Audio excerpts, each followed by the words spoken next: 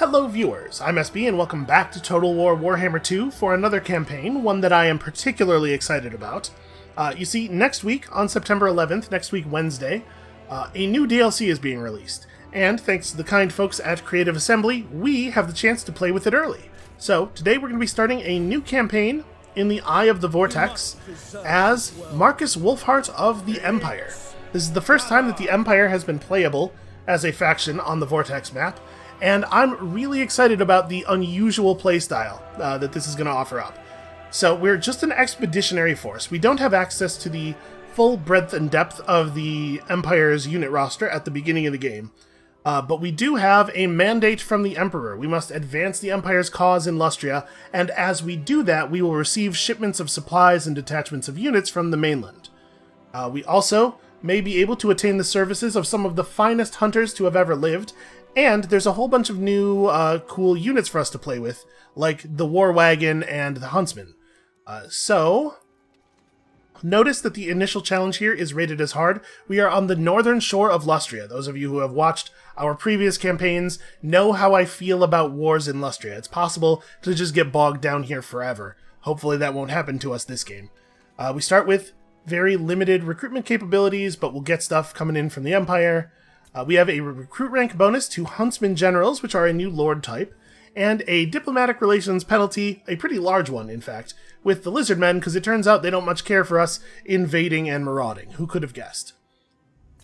Markus Wulfhart's army gets a considerable bonus to ambush chance and ambush defense chance, and a reduction in upkeep for our new arrow units, so we're going to be very, very arrow-focused. We're playing the game today on very hard, and with that, with no further ado, let's just swing right into it here.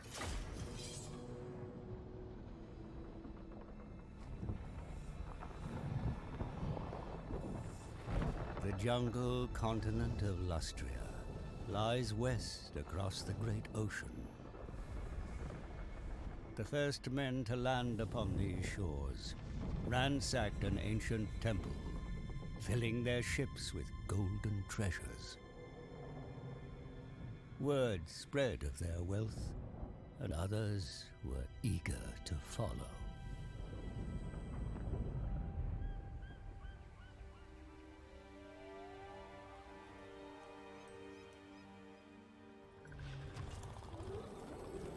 Fueled by greed, men of the Empire ventured deeper into the jungle's heart. The land of beasts, ravaged and plundered for its riches. It will not be without consequence.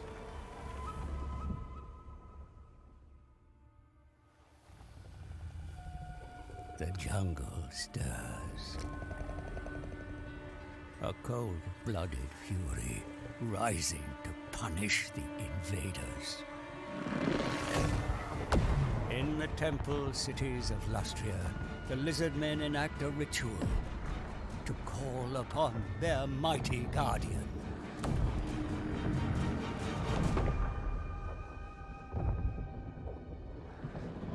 For the Wanderer roams Lustria once more.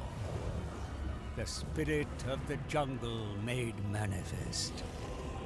A reckoning has come.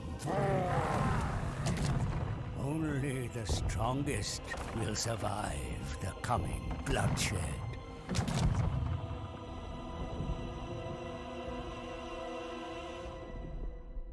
Oh good. You know, I always felt like this jungle was already the most hostile and dangerous place on the map, so I guess... I'm not looking forward to fighting whatever that is. I don't know a ton about the Lizardmen lore. I know that character is named Nakai the Wanderer, and that he is very large and terrifying. Markus Wulfhart has dutifully answered the Emperor's call. The Empire's Lustrian settlements have recently fallen victim to a series of savage raids from an elusive attacker. The men of the colonies have long known about the strange, upright-walking reptiles that dominate the continent, but the monstrous spirit they claim is now tormenting them threatens to bring about an end to imperial expansion in the New World. Fortunately, the Hunts Marshal specializes in tracking the untrackable. The hunt is on, and hopefully it will mostly be us hunting that guy, and not so much the other way around. So if you have never seen Total War Warhammer 2, if you are unfamiliar with the mechanics here, don't worry, you will not be left behind. We'll explain things as we go. It's actually not that complicated of a game, mechanically speaking. Having voyaged across the great ocean on the Emperor's command, I shall tame this jungle-infested continent and plunder it for the treasures it holds. So yeah, we're not exactly the good guys here. The near unimaginable wealth of these lands is dispatched home through the coastal colonies, but recent raids by the lizard beasts have set the Empire back, and I expect further attacks. Other enemies loom nearby, savage orcs no less, who raid nearby abandoned cities. These ancient places are sure to harbor more riches, so are prime locations for colonization. But we must be aware that the lizard beasts dominate these jungles. For our colonies to survive their threat, reinforcements will be needed from home. Hopefully, like, really soon, and maybe a lot of them. The time of opportunity is now. Lustria and its dangers await. Anything that stands before me in the hope of defeating the Empire will meet its end by my bow. It is the Emperor's will. Probably. I mean, obviously I'm halfway across the world. I haven't, talked to him recently. But generally speaking, the Empire's big a fan of murder, so... Alright, sent to the shores of Lustria by Imperial mandate, Markus Wulfhart intends to protect the New World colonies. This force up here with the striped flag is named the New World colonies. From their Lustrian predators with only limited supplies and troop numbers, as further reinforcements will not arrive for quite some time. However, increasing the expedition's acclaim by raiding jungles and expanding your territory into them will lead better quality troops dispatched in your Imperial supplies to further aid the mission. Okay, so this is our acclaim bar up here, then. Expansion, building or upgrading ports, and unlocking special characters will increase acclaim and lead to better reinforcements. It doesn't actually say anything about rating in this tooltip, so I wonder if that's just flavor text here, or if something's missing. They did say in the email that this is like a 98% complete version of the thing. What you're seeing here is not necessarily the way it will be on launch. I know that there are some bugs in this build that have already been fixed for the launch version, so we may encounter things that are not 100% right just yet. The lands beyond the Empire are a hostile place. Your actions there will not go unnoticed by the natives. Winning offensive battles and harassing local inhabitants will increase hostility, but also improve your standing with the Emperor and increase the rate at which Imperial supplies reach the expedition. Cross the locals too much and face their wrath. So this is our hostility bar. Increases events, settlements looted, occupied or razed, raiding and sacking, armies attacked and defeated. It's decreased by lords being lost and the hostility level being reset. Well, yeah, by definition. And also just general inactivity. Our next care package arrives in 4 turns. Okay. So at level 1, we have a public order penalty. That's a shame. At level 2... Okay, the public order penalty actually gets worse. I was expecting it to be better. Imperial supplies are coming faster, but also our enemies are getting stronger. And at level 5, for some reason, the hostility level gets reset to 0 after 5 turns. Okay. So we're going to have to manage this pretty carefully. It would be really bad for all of our enemies to have 10 leadership and 25% bonus weapon strength at a time when we're getting attacked all over the place. Scattered across the world are some of the finest hunters to have ever lived. Track them down and secure their services to complete the expedition's goals, whilst developing each hunter's unique attributes and learning of their past glories and tragedies. So yeah, we have a special characters screen here. Hold on, we'll get to it in a second. Barry Drury, for some reason, is issuing missions. He seems like the expedition cook. Also, he's a halfling, isn't he? I think this might be the first time there's a halfling character in Total War Warhammer. There are monstrous reptiles inhabiting a settlement close by. Go and take over... Oh. That is a major settlement... Yeah, down here. Well, that's inconvenient. I mean, we'll get to it. And when we do it, we will receive 500 gold. So like I was saying, we have a special character screen over here. There are these legendary hunters that we can recruit by doing certain things. So in order to start on this guy's path, it looks like he's a witch hunter with a pistol and rapier. We have to go to war with the Vampire Coast Mutineers. I don't know exactly... clicking on that does not zoom us to where they are. The Vampire Coast is an area to our east, so I guess we'll head in that direction. To unlock this dwarf guy, we have to move somebody to the northern spine of Sotek, which is really far away. That's like super inconvenient. To unlock this person, we have to raise the hostility level to very hostile. Natural scout, unrivaled archer. Oh, this is an elf. This will be an elf then. Yeah, that's like an elf huntress headdress. And finally, the unknown hunter. This last unknown hunter, rather. We have to move somebody to this region. That's a lot more doable. But all that stuff is kind of future concerns. For right now, our primary concern is all these lizard men that are in my territory. I mean, their territory that I stole from them. Listen, it's mine now, and you can't have it back. So this is like the basic unit of doing stuff in the game, an army. It is led by a lord, and then you can have up to 19 units of other dudes under the lord's control.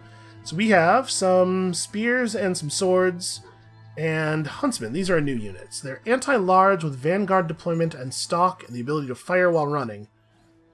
Anti-large means they do bonus damage and have bonus chance to land their attacks against things that are horse-sized or larger. That applies to actually quite a few of the lizardmen units. Actually, these guys seem pretty good. 160 range is quite a bit, and that's not bad missile damage at all, although most of it is not armor-piercing, which is a shame, because lizardmen tend to have a lot of armor. Then here we have archers, which... Okay, archers are just a worse version of huntsmen. They don't have the anti-large bonus, but still, they seem like pretty decent ranged units. And finally, we have our war wagon. It is a missile chariot. It can fire while moving. It has armor-piercing damage. Yes, almost all of its damage is armor-piercing. That's great. I've never been great at using chariot units, but we are definitely going to have to learn for this campaign. So, let's just get over here and kill this dude. Wirim. What does he got? He's got a group of sauruses. That's what he is. A saurus is this kind of dinosaur man. And then some other smaller dinosaur men. Markus Wulfhart. I bet we can handle him. Oh, he's also got a dinosaur. Well, I think we can probably still do this. We have guys who are good at hunting dinosaurs. So you can see here, the balance of power bar indicates that this battle is a little bit in the enemy's favor. Part of that is that lizardmen units are just very strong. Also, part of it is that the balance of power bar really likes lizardmen. For some reason, the auto-resolve tremendously favors lizardmen over all other races. And their units are durable and pretty hard-hitting, but they don't have a lot of technique, so to speak. You know, there's not a lot of ranged units, there's not a lot of like sneaky guys. Their tactics really are basically just run at you at full speed. Hopefully, we'll be able to take advantage of our massive range to put a little crimp in that plan. So they have their deployment area over here in the red rectangle. We got to put our troops down in the yellow rectangle, except for troops that have the vanguard deployment trait, who can start further forward. Honestly, I don't think we want to get too fancy with this. I think we want to just, like, play back. It would be cool if we could start on the high ground up there, but it's a little too far forward. I think we just stand back and take advantage of our superior range. I'm not really sure what we want to do with the war chariots. I mean, we could try to charge them. Let's get Markus back here as well. Man, Markus's range is really impressive. So when we're mousing over him, obviously the yellow circle on the ground represents his firing range. He also has the ability to fire while moving, which is really handy. And then we'll just stretch the melee troops out in front of the ranged. And I know that I was just deriding the lizardmen for their lack of tactics. I am also not really going to use any tactics here. We're just going to do the simplest version of this thing while we talk about the basics of combat. So you can see here, most of the units have 2 bars above their head. Red is health, yellow is leadership. It's like a morale value. Obviously, units die if they run out of health, but if their morale bar gets too low, they will instead break and run away. We can probably defeat this army largely by working on its morale. In particular, these little dudes, these skinks, are very prone to panicking and fleeing. So the skink units here are javelin throwers. These guys want to try to get in range to throw their spears at us. Our units have shields, mostly. You can see here. Actually, yeah, okay, they do have shields. So shields do protect you from some amount of ranged fire, as you might imagine. And they're starting to cross over into our firing range. Wow, Markus can really shoot a bow. So, suffering ranged attacks is one of the many things in the game that reduces leadership. We can also affect enemy leadership. Hold on a second, we're going to take a moment here and make sure our units are targeting the appropriate enemies. I think getting rid of this dinosaur is probably a pretty huge priority. But I guess the normal archers aren't really going to be able to do any damage to the dinosaur. Let's have them focus on the skinks instead. Markus, I didn't actually look at your stats. I assume that you do a ton of damage and most of it is armor piercing, because archer heroes are like that. So he will also focus here. He has an ability too. Scaled projectile damage against combatants with missing health. So it does more damage against people who are lower on health. Good against large combatants, good against armor. Has 3 charges with a 120-second cooldown. Let's use it right now to see what the damage is like against people who have full health. We will need that information for later. And then he has the, basic stuff. He has the ability to deploy. He is immune to fear. He fires while running. He is fleet-footed. Active if there is an enemy presence within his ability range. It increases his ability range and his ability to run away from people. Seems pretty valuable. Alright, let's see this fancy shot of his. Wow, that has a considerable wind-up time. Okay, there's an amount of damage that we can actually see on the health bar of a dinosaur, though. Let's make sure we get the spears up. Okay, so this thing, you see this glowy bit? We're going to see this a lot against lizardmen. This unit is rampaging. It is completely out of control. The only thing it can do is charge toward the nearest enemy and try to devour them. We can use this to our advantage. Honestly, on the whole, this is going pretty well. I think let's move our chariot around and start shooting at the enemy from the back. Like I said, people do not like being shot at. That lowers their leadership. It lowers their leadership even more if they're getting shot in the side or the back.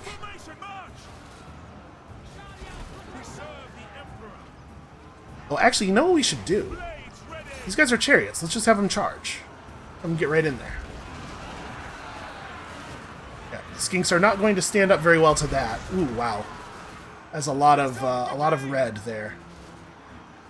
Actually, these ones went all the way through the battle lines. So you can see the skinks getting charged is really bad for your morale. Here, we're going to charge those guys now. This one chariot is a little bit stuck.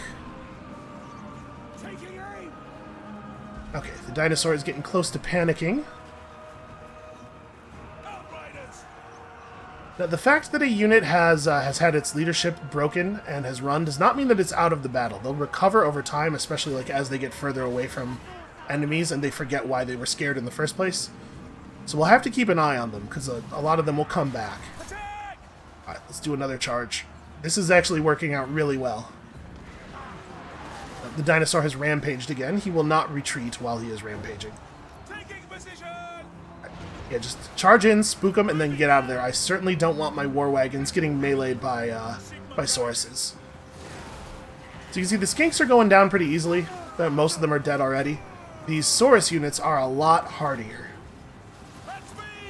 The good news is we can just keep shooting them in the back. Lots of rifles and bows for this purpose. Oh, and these, yeah, see this? These skinks that were on retreat have now regathered themselves and have come back into battle. And now they're harassing my archers because they retreated at an angle that allows them to do that. And also, we are really, really losing the battle on this side. I'm going to go for my second big sniper shot here, but their lord is totally defeating our troops in melee, and they're actually managing to beat our swordsmen with... I mean, I'm sure the dinosaur's doing most of the damage. But seeing a unit of our swordsmen apparently losing to skinks is very embarrassing. I was really not expecting him to run forward to do a sniper attack. Doesn't seem necessary. Okay, he murdered a dinosaur. Good work. Now let's see if he can run away from the enemy lord, because the enemy lord is definitely way too strong for him. Listen, we could probably take that guy down as long as we don't have to fight him in melee.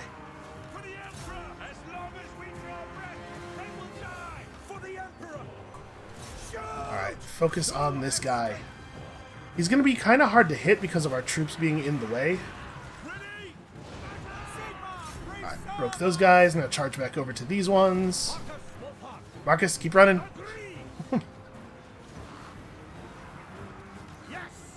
He can shoot while running, so he's just gonna, he's actually doing a lot of damage. If we had Markus focus on their lord earlier, we might have already defeated him, but obviously the problem with that is that dinosaur. The dinosaur is a real issue. Okay, so now this guy is all up in the ranged. That is unacceptable.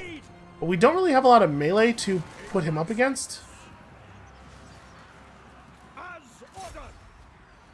I'm gonna have Markus go into melee mode. He's a ranged character, but he should be able to defeat skinks pretty easily. And what we really need here more than anything else is... Oh hey, our troops have stopped fleeing. Get back over here and help. Yeah, what we need more than anything else is for Markus to not be being attacked in melee, because he needs to be able to shoot people. Okay, I think he's got it under control. These Saurus warriors are actually still fighting. Somehow they are still up. Archers keep running. Oh, right, I told Markus to go into melee mode. Sorry, stop meleeing people, start shooting them. Yeah, he actually does. He does really great damage. Weapons at the ready. Yes, General. Markus Wulfhart. Alright, let's use that ability one more time. I may have done it when the enemy is too close, because it really does have a significant wind-up. Get him. Okay, that was enough to reduce his morale pretty significantly, at least. Alright, so as you can see, you can win a battle without killing all of the enemy units if you just get them all to be in the broken, fleeing state at the same time. I'm going to be honest with you, that was not entirely ideal. We lost a lot of people there. But we did kill their dinosaur. So the shattered remnant of his army is going to run away, and we are definitely going to give chase and finish them off before they can limp back home and recover. And then we are going to have to limp back home and recover, unfortunately. Lizardmen are a tough enemy, especially in the early game, because their most basic units are way better than the most basic units of almost all of the other factions. We're going to have to employ a little bit of trickery here. Eventually, we'll get access to the Empire's powerful war machines, cannons, and missile launchers and stuff. Once we have those things, it should be a little bit easier to get the job done. We're going to have to survive to that point. He has 149 units remaining. It's pretty much all just like normal melee units. So we captured 53 of them. We need to steal all of the money they had on them.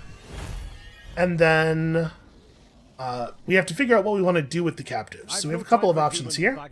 We can ransom these guys back to their brethren for 340 gold, but our troops won't like that very much. And we really can't afford a penalty to our casualty replenishment rate. So we're just going to put the captives to the sword instead. Our men really like doing this because, listen, we're all monsters here. I've always found it super creepy that your troops are so excited to murder captives. Alright, like I said, we can't let them escape. Defeating them a second time in a turn should just destroy them all. We might be... if we auto-resolve this, we would definitely win the battle. But there are some quirks of the auto-resolver that we're going to have to learn to work around to be successful at this campaign. And one of those things is that it really, really likes to kill units that are at low health, even if those units, there's like no reasonable way for the enemy to kill them. So we're going to have to fight some battles like this that are totally trivial manually, even though it sucks to do so, just to make sure that we're not having people die all over the place. We should be able to kill their lord very early into the battle, basically as soon as he enters Markus's shooting range, and the loss of a lord is a very serious leadership penalty. So we should see their army break and flee pretty quickly afterward. The terrain here is a little weird. We definitely don't want them to have the cover of these trees to approach us, so let's start our ranged units like over here. Chariots, of course, are going to be tremendously important here. And I'm just going to keep all the melee units behind. I don't think the enemy's going to get anywhere near us before we kill them. So the yellow bar underneath the morale is the ammunition bar. Units do have limited ammunition in combat, but at the beginning of each new battle, your bar is set to full. So we do have to watch. They have a new set of javelins for us, but that also means that our war wagons are full of ammunition again. These things seem really powerful. A bunch of guys in there with, like, repeating rifles. Formation march. We'll just harass them as they approach. Markus's ability here. I mean, obviously we're doing this. I'm just going to have him get up there and do it. Actually, can he hit it from there? Wow, that's actually really impressive. But that's just going to kill him outright. Oh no, it didn't quite. Oh yes, it did. It took him a moment to die from his wounds on the ground there. Alright, just keep moving. No reason to actually let them throw any javelins, right? And now things get really bad for them. The only unit here that is capable of doing any real damage to us at all is that Saurus unit back there. Sauruses have much better stats than Skinks, as you might imagine, given they're like 3 times their size. They also have considerable natural armor. You can see there's 60 armor. Taking position. By your command. That's, I mean, that feels a little unsporting. I'm kind of surprised those guys didn't break. I really thought they were going to break by the time they caught up. Quick march. Moving now. Markus Wulfhart. All right, everybody focus up. Formation march. To battle. Take the ground. Oh, that's unfortunate for them. They rampaged while the chariots were the closest thing, so now they're just going to chase the chariots around despite never being able to catch them. When you're playing as a Lizardmen player, your Saurus is going into frenzy mode. It's like the most frustrating thing in the universe. And we could stay here and manually clean up all these units just to make sure everything dies, but because this is the second time we've defeated this army this turn, I believe it's just going to be wiped off the map. Even though it does, like, technically have troops remaining. Also, if you defeat an army in battle while its troop levels are really low, while, like, all of the surviving units are very, very low on health, it will often just be eliminated instead of falling back the way we saw them do at the beginning of the turn. So that was a pretty successful first military campaign there. Our units are earning experience in battle. Like, our heroes have skill points and a whole RPG-style skill tree, and you'll see all that. Other non-character units get XP for getting kills in battle, and they level up and just get stat bonuses from it. So I would expect that our ranged troops are going to level up pretty quickly here, and our melee troops are maybe not going to level up at all, potentially. We'll have to make a little bit of an effort to make sure the melee guys are getting some kills. Okay, killed all the valuable troops in that one, apparently.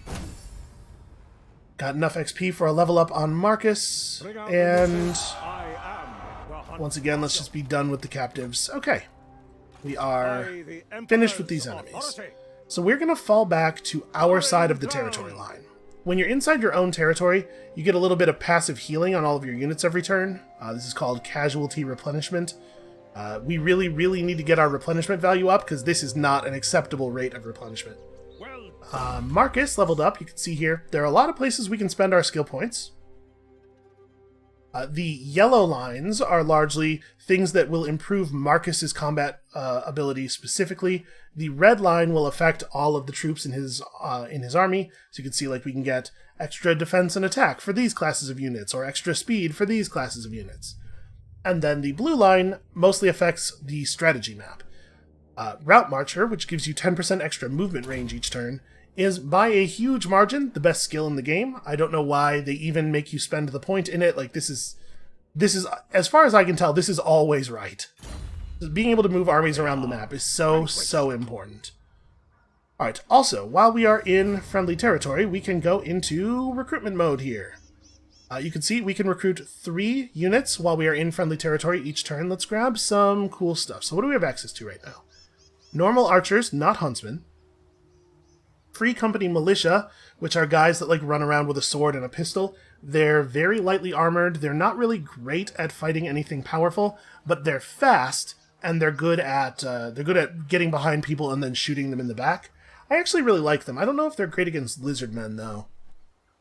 And then basic spearmen and swords. The swordsmen have shields. The spearmen do not have shields, but they do have a bonus versus large. Spears are good at fighting dinosaurs. I think what we're going to take here is... we really need some more swordsmen. We're going to need enough melee troops to, like, hold enemy melee in place while we run around and shoot them in the back. And then I think we will actually take some Free Company militia. It's a shame that none of the melee, or none of the ranged units we have access to here are any good against armor, because Sauruses have armor and are incredibly dangerous, but, you know, you work with what you got. Okay, before we end the turn, we have a couple more things to do. First of all, we got to do some research. Oh, their research tree is like completely different from... I was expecting to see the normal Empire tree.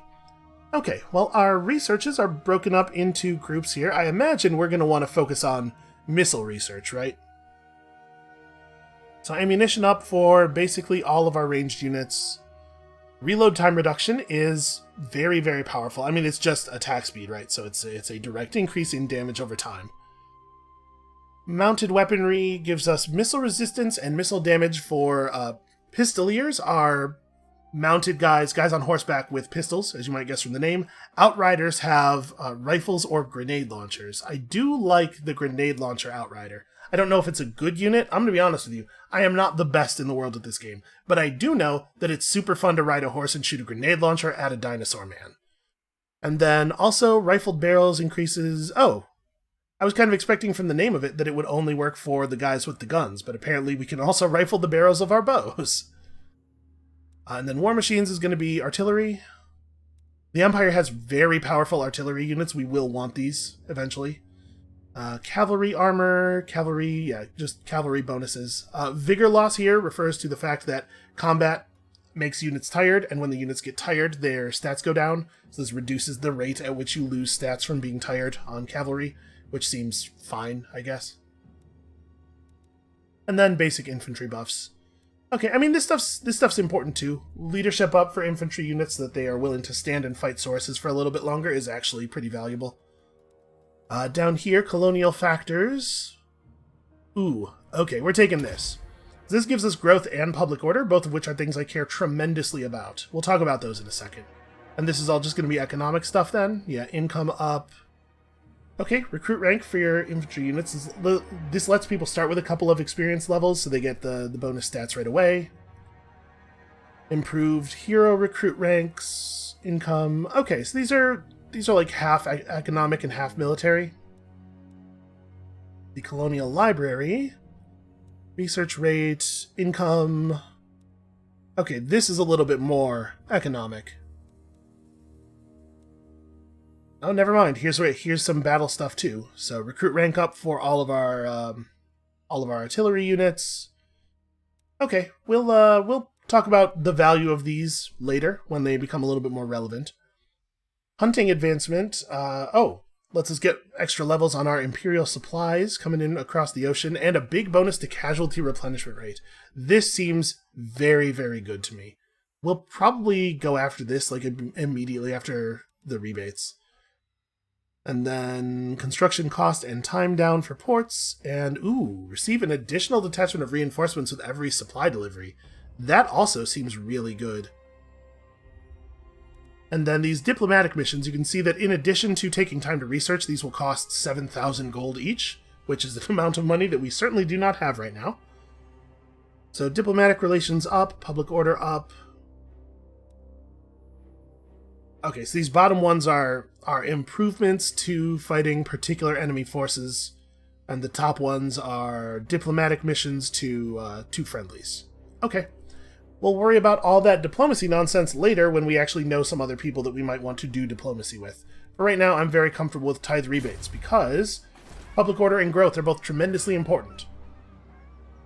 You can see right now our public order is 0, and it is falling by 7 points per turn. This number, the only thing it does is if it gets to negative 100, it causes a rebellion to spawn. We don't have time to put down a rebellion, so we really need to keep it above negative 100. Growth allows us to improve our city, improve the ability of our city to build better stuff. You can see here we're getting 30 growth per turn. When we hit the threshold of 125, we'll get a population surplus. That will allow us to increase the main building in our settlement, which, first of all, unlocks additional building slots, and secondly, lets us improve our buildings more. You can see here, the maximum level of the buildings in the settlement is limited by the level of that main building. So once it's level 3, we can make our level 3 recruitment structure, which lets us get better units. We have 4,300 gold. We definitely want to improve this. So right now, this building is letting us recruit those units that you saw in the local recruitment pool. If we pay 2,000 gold and wait 2 turns to improve it, we can get some slightly better stuff, some shields on our spearmen, some halberds. That all seems fine. I really want to know where we're going to get some better ranged units, because our big advantage over the lizardmen is that we can shoot them. And I think that's... Oh, no. Ha! Yeah, we should figure out how to win the game. The scouts shall never fall. Okay, Markus. At the start of your turn, have at least 100 acclaim, destroy the Spirit of the Jungle, which is down here somewhere in the mist, and then win the battle for Itza. Okay, so acclaim is like really the most important thing. Well, that gives us some direction, certainly. It turns out expanding and building ports. Very, very important. So what you're seeing happen here, flying by at the top of the screen, these are all of the other factions that are on the map. There's a lot of stuff going on the Total War Warhammer map, even the smaller Vortex campaign. We'll probably meet most of these people eventually. A lot of them are going to be irrelevant for some time, though. What we really need to focus on is this area immediately to our north, which we will we'll look at as soon as we get control of the camera again.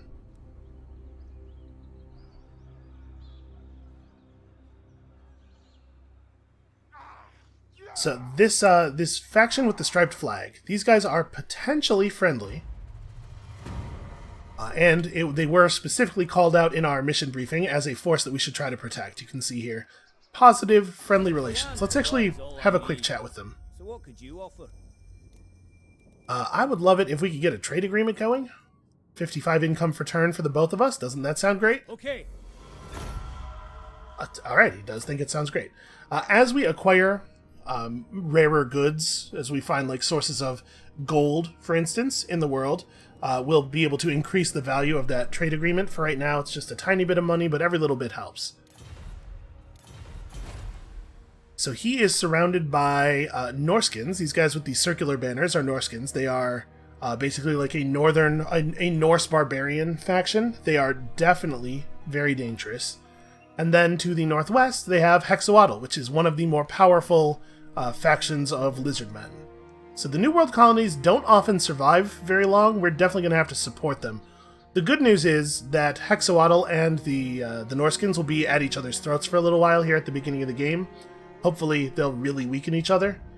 And then we have orcs to deal with to our west and south.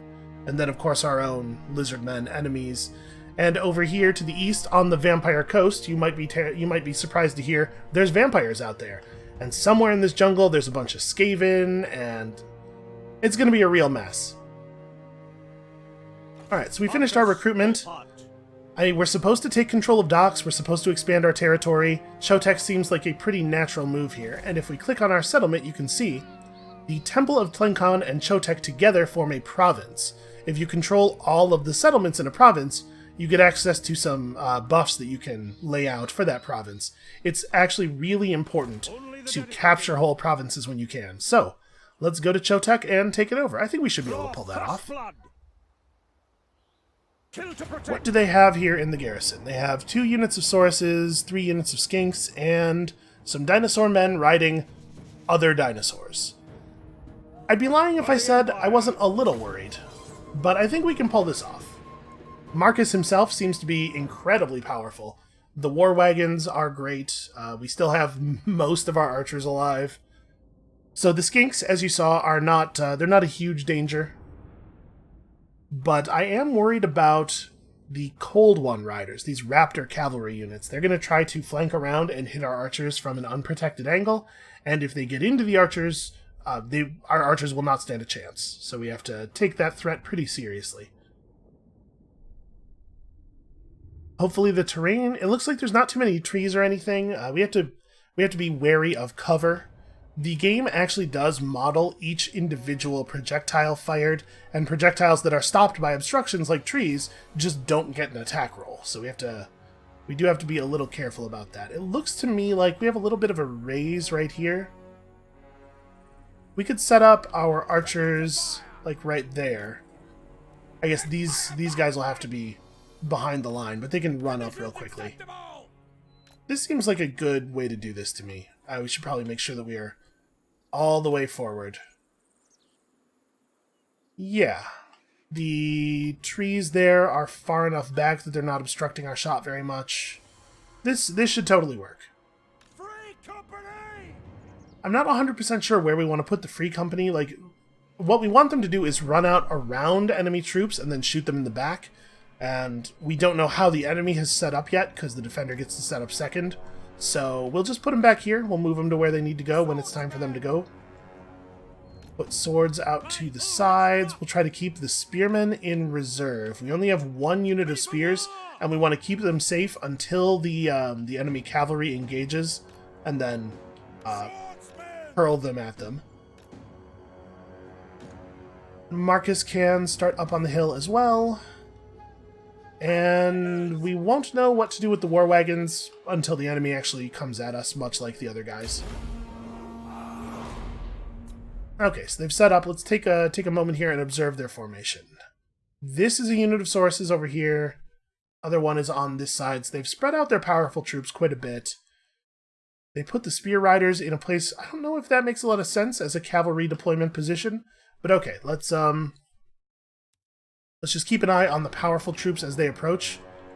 We definitely want to be shooting at Sauruses, not Skinks, as soon as we have the option of shooting at Sauruses. I'm going to let them come out of the trees a little bit, I guess. Actually, I'm going to have Markus focus on the spear riders. Oh, and you guys were supposed to move forward. Not that it matters too much. And actually, we should also make sure we're moving the defensive swordman blocks forward. Not that I'm terribly worried about what the Skinks are going to do. I'm going to put the injured units of swordsmen in the front. My hope here is that the Skinks will go toward the more injured troops, and then we'll be able to fold the rest of the army around them. Units lose leadership very quickly when they are being attacked from multiple sides. And I'm going to wing the Free Company out right now.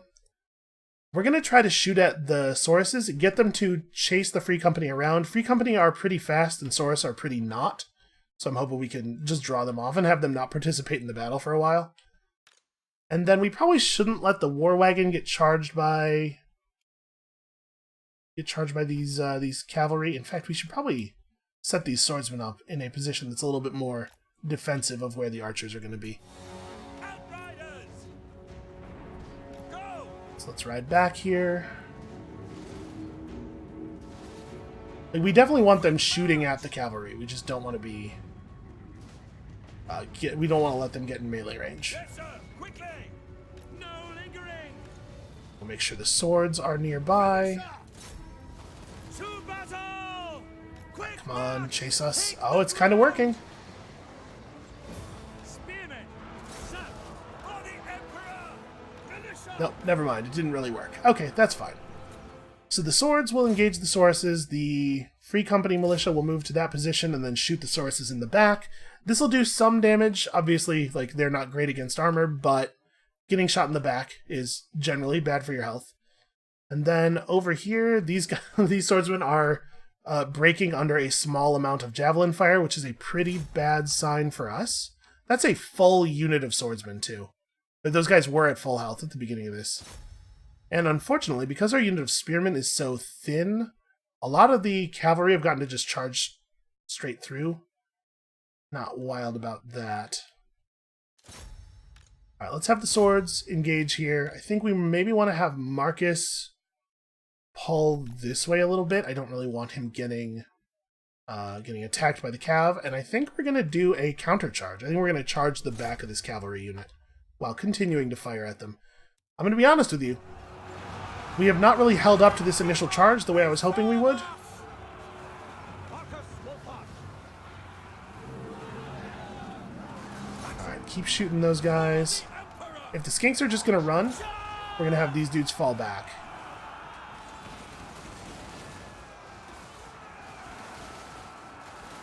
Okay, I mean, we're doing okay damage. I should probably use this ability, huh?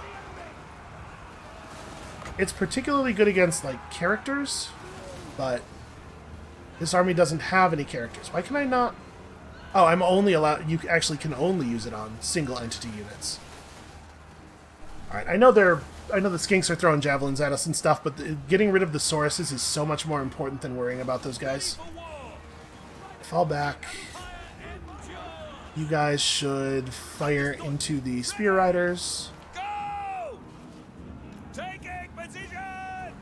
Alright, we're going to do a charge on these Sauruses. I just want to get around the trees a little bit. To battle! Sigma! Alright, give it to them. And that was pretty effective. We knocked a bunch of them off their feet. Alright, disengage. Our swordsmen have recovered. These are... Okay, these are skinks he's fighting. That's fine. He can just fight them. Have our free company disengage a little bit here. Skinks might actually be able to beat free company in melee combat, because free company are just not great.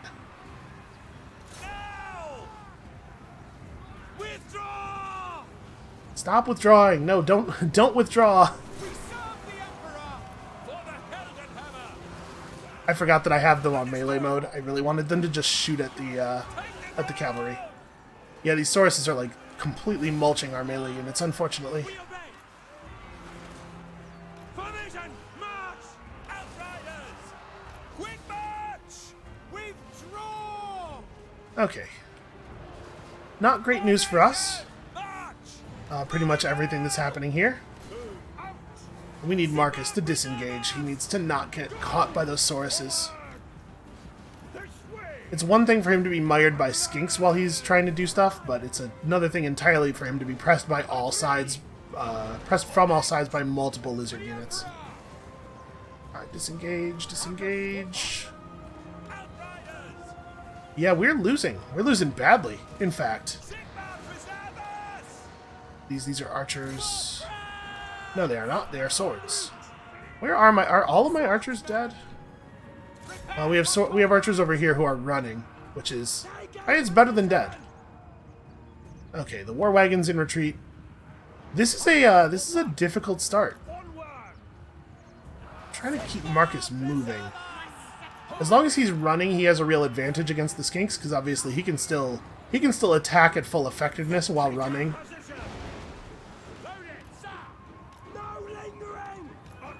God, their units are so much more powerful than ours. Also, it's frustrating how close we are to killing these cold ones. We've been close for a while now. War wagons are recovering. We really need them to swing back around here.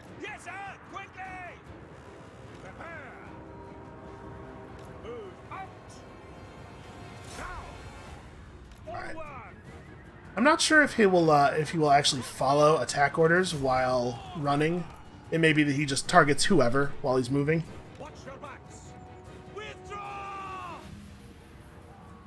And all the sources and stuff are pretty far away. We might be able to just like try to stand and fight. I don't know. That's probably not a good idea. So I'm gonna try to get our war wagons back over near Markus. For mutual defense, and also because characters produce an aura, you can see the blue circle there on the ground, that increases the leadership of nearby friendly units. So the war wagon is less likely to retreat again if we can shoot those guys. Don't just run from them, kill them. We've got to be close to breaking that cavalry unit, and if we could get rid of that cavalry unit, we could actually use those archers for something. The problem is that everywhere, anytime the archers stop, they immediately get hit by the cavalry. Okay. Our units are surrendering. I'm losing the ability to command them. Alright, Markus, just keep running.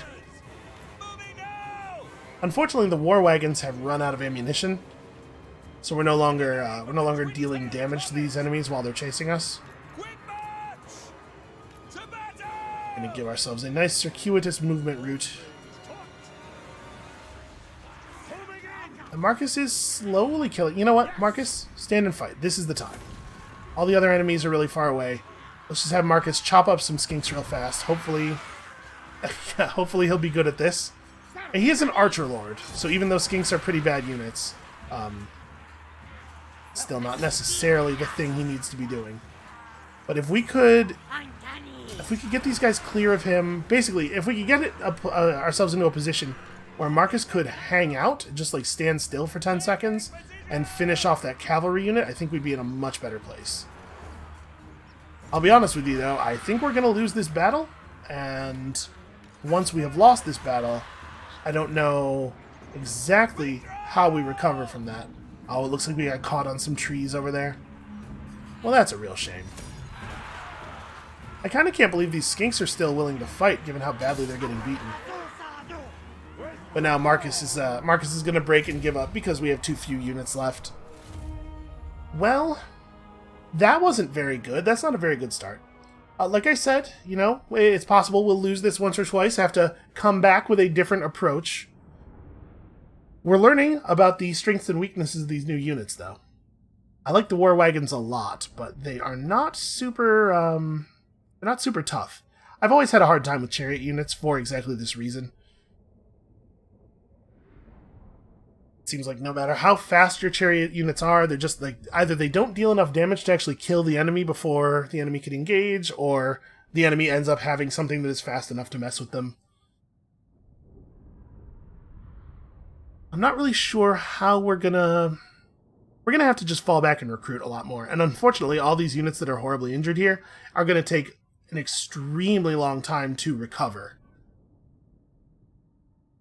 And if we don't take out Chotek quickly, it could spawn a defensive army. Respect is earned. Okay, so we lost almost every unit. Huntsman of This the army is very small and weak. No time Let's to go ahead and get back across the border so that we're at least getting replenishment.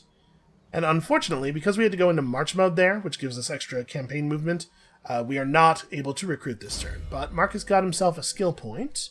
We're definitely going to have to improve our ability to kill people. So, just looking real quickly at his blue line stuff, we could get public order in his province, we could lower recruitment costs. It looks to me like we probably want to ignore his blue line. There are some important skills in the blue line. Most importantly, Lightning Strike. Lightning Strike is incredibly valuable because it allows you to separate enemy forces and just attack their armies one-on-one. We'll get this on some people later. For right now, we need combat ability. So the question is, are we better off buffing the red line? Are we better off taking red line buffs to all of our units, or are we better off relying more on Markus himself? A cooldown reduction to focused shot, a significant reduction in reload time, big missile damage increase, even more run speed actually sounds really good. Learn the ability Sure and True.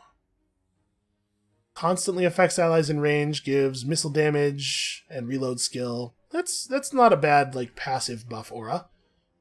And finally, this would replace focus shot, and it's just better. Okay, that seems fine. And then this other yellow line is just going to give him more generic buffs. I'm inclined to take the red line buffs. Let's improve the whole army. It's going to improve the troops in our army by a relatively small amount, but spread over the number of units we're intending to have. It'll be okay. So we need supplies. We need supplies badly. Also, we need to find who is blowing that war horn and deal with them. Semi-permanently. We can probably just put the other players' turns in fast-forward mode. We don't need to zoom around and see what other people are doing. Unfortunately, the New World colonies are going to just be out on their own for a little bit. So, what went wrong in that battle? How could we have won that battle? It would have been helpful to have more melee troops, just more people who could keep the... recruit a unique hunter to get some money. Okay, listen, I'm working on it. More people who could have kept the sources out of our range line would have been very helpful. Also, just more ranged. Basically, we went in there with too few troops, I think. Sauruses are really tough. We need a lot more people to shoot them. So down here we have the stances. Armies have different stances they can go into that give you different capabilities. The ability to lie in wait and jump enemy troops. The ability to raid enemies for additional gold. What we're going to do right now is go into encampment mode. This increases the replenishment rate of the army and lets us pull from the global recruitment pool. So you can see here we've got our improved units. We can hire in some slightly better stuff. We cannot make halberds because we need a blacksmith first to actually forge the halberds. Do we want to grab crossbows? Crossbows have pretty good range. They do not have a lot of armor piercing on their attacks, but you can see 6 of the 24 damage of their shot is armor piercing. That is probably quite a bit better than the archer, I'm guessing. There we go, pin the card. Let me actually look at this. Yeah, archers have actually, like, no armor piercing. So we might want to grab crossbows instead. Then again, you can see here, the top value is the recruitment cost that we pay one time when we put the unit into the queue. The bottom value is the amount of gold we pay for them each turn. We really have a significant upkeep reduction on these guys. So maybe we just want to, like, completely fill the stack with archers? Well, not, like, completely, obviously. We need swords as well. Probably, let's go for normal archers over crossbows for right now, I guess. The difference between a swordsman and a spearman, in addition to the spear obviously having anti-large, is that spears have much higher melee defense, while swords have much better melee attack. They're more likely to actually kill an enemy. We'll go for a mix of them for right now. Let's just get swords. And you can see here, our war wagons have earned their first level up. Hopefully, they'll get powerful enough to carry us, because we desperately need the help. We're going to have to get to 2 population surplus before we can build anything else in our capital city. So for right now, we're just replenishing. You know, we should be summoning units from both of the recruitment pools at the same time. It's okay. We're going to be sitting here in recruitment for a few turns at the very least. Also, the entire time we're recruiting, apparently we're just going to be shouting. Markus is very upset, and he wants everyone to know how very upset he is.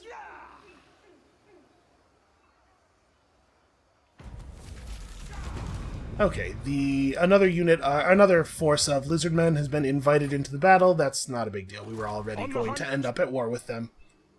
Okay, replenishment rate is definitely a lot better in this stance.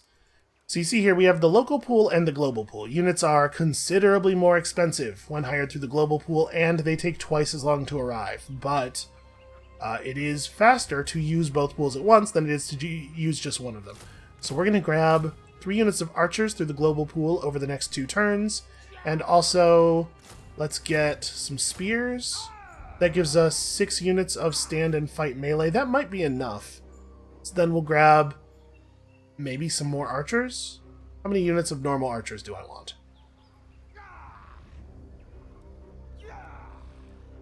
The crossbows really are not...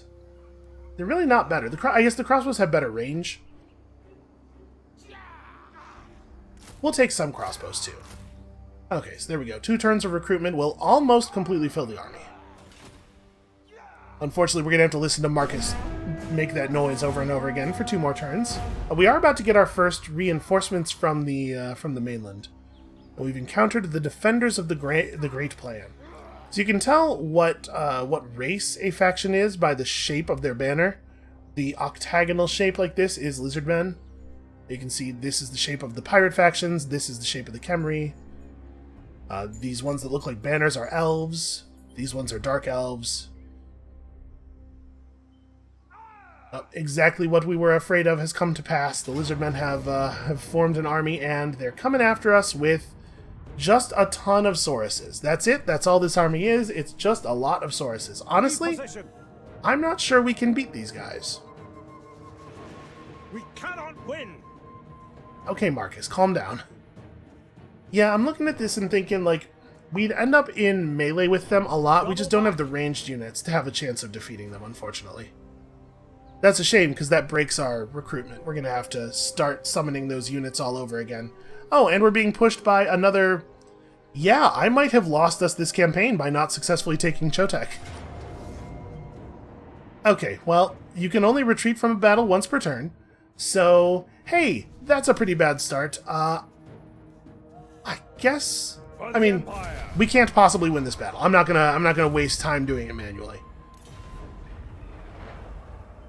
So now all we have left is our settlement, and it's definitely going to fall if these two forces attack it. This force went into march mode to get over here to serve as reinforcements, which means they cannot initiate battle this turn, but we lose, basically. I did a bad job taking Chotek, and so letting them build up a second army means we lose. We're going to have to start over, but I want to play until the beginning of the next turn, because this is the turn that our reinforcements arrive, and I want to see what that looks like. Imperial supplies ready. The expedition may have only just begun, but the Emperor demands progress. To aid you, the Imperial Quartermaster sends word of reinforcements ready to dispatch to the expedition. The 4 main divisions of the Empire's military each have a package ready. Choose whose shipment you would like to receive. I'm going to be honest with you. What I would like is some kind of big gun. So we can take a great cannon and some grenade launcher guys, or a war wagon and also another war wagon with a mortar in it. Okay. If we still had an army, even like a small kind of bad army, this would probably be enough to give us a real chance at fighting these guys off. Or we could take a bunch of knights, or we could take halberds and huntsmen. This is also a pretty good pack of units. Halberds and greatswords are both really powerful, and those huntsmen were wonderful until I got them all killed. Alright, I'll tell you what. I think this is where we're going to call this episode. Thank you all so much for watching. The intent with this series is to release an hour of gameplay every weekday, but since we are starting the series on a Friday, we'll do episodes over this weekend as well. Come back next time, probably later today, maybe tomorrow morning. We're going to start this thing over, but we're going to do a better job, and then we will see what horrors lie beyond that. And we'll see you then.